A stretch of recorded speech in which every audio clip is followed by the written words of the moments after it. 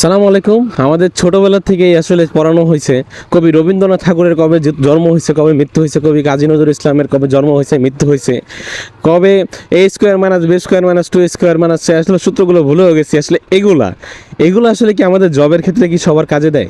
আমার মনে হয় না যে কারো আজ পর্যন্ত কাজে দিছে, আমার কেমন জানি মনে হয় আর কি। যেটা তবে একটা জিনিস কি, যে আমাদের এই যে শিক্ষা ব্যবস্থা, আসলে কোনো সরকারের উদ্দেশ্য বলতেছি না, যে আমাদের শিক্ষা ব্যবস্থা যেই মানে যেরকম চলতেছে, যে দুর্বল, সেটা আসলে আমাদের একটা সমাজ, একটা রাষ্ট্র কখনো উন্নয়ন করা যাবে না।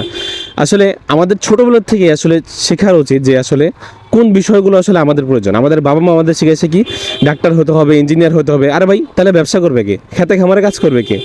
মানে এগুলো কি খেতে খামারে কাজ করা বলতে বোঝাচ্ছি যে সে যে কামলা হবে এরকম কিছু না। কিন্তু আপনি যদি চাষাবাদি না করেন তাহলে আপনার চাহিদা মেটাবে কে?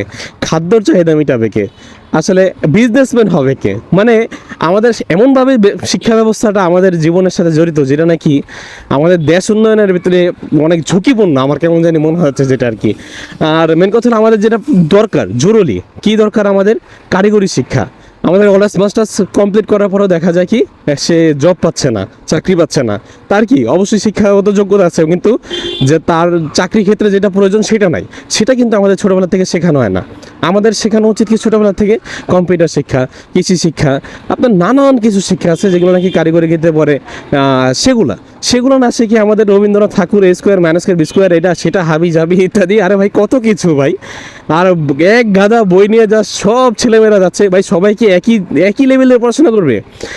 যে ছোটোবেলার থেকে হয়তো প্রাইমারি স্কুল থেকেই আমাদের আসলে ডিসাইড করতে হবে যে আমাদের আসলে কোন বাচ্চাগুলো কোন সাইডে যাচ্ছে বেশি, কিভাবে তারা মানে মেধা কোন দিকে তার বেশি আর কি, সেটা যাচাই বাছাই করতে হবে। আমাদের 8 পর্যন্ত পড়ানোর পরে তারপরে আমরা ডিসাইড করি যে কে সায়েন্সে যাবে, কে আর্টসে যাবে, সে কমার্সে যাবে। তারপরেও আমাদের যেই পড়াশোনার যেই স্কিল বা ব্যাপার স্যাপার, সেগুলো আমার মনে হয় না যে যে ওইটা পড়াশোনা করেও কোনো লাভ হয় আর কি। আমার মনে হয় যে ক্লাস 5-এর পরের থেকে যে বাচ্চাদের ডিসাইড করে দেওয়া উচিত যে কোন বাচ্চা আসলে কোন দিকে বেশি ঝুঁকতেছে, তাদের ওই দিকে আসলে নেওয়া যাওয়া উচিত আর কি। তো এই বিষয়গুলো আসলে আমাদের দেশে আমার মনে হয় এগুলো ব্যবস্থাপনা কিছুই নাই, সেটা নাকি আমাদের মানে খুব জরুরিভাবে করা উচিত। আর না হলে হয়তো ভাই কোনো দিনও রাষ্ট্র এইভাবে উন্নয়ন হয় না। যেই দেশের মানুষ যত বেশি শিক্ষিত, যে দেশ তত বেশি দ্রুত আপনার দেখা যায় স্কিল ডেভেলপ করতে পারে, আর যেই দেশ উন্নয়ন হতে পারে আর কি। হ্যাঁ, আরেকটা মূল বিষয় হলো কে আবিষ্কার করছে। মানে ধরেন একটা নাসা একটা রকেট গেছে, সে রকেটটা কে আবিষ্কার করছে, বা একটা হেলিকপ্টার, নতুন একটা হেলিকপ্টার বানাইছে বা একটা যুদ্ধ বিমান বানাইছে, সেটা কে আবিষ্কার করছে তার ব্যাপারে আমি রিচার্জ না করে সেইটা কিভাবে আবিষ্কার করছে সেটা আসলে রিচার্জ করা দরকার আমাদের। সেইটা আসলে আমাদের মূল সাবজেক্ট হিসাবে হওয়া দরকার আর কি।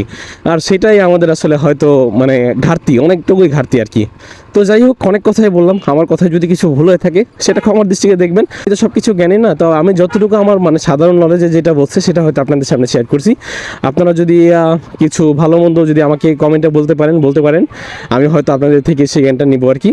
তো আমার কথা কিছু মনে করবেন না। আল্লাহ হাফেজ, ভালো থাকবেন সবাই।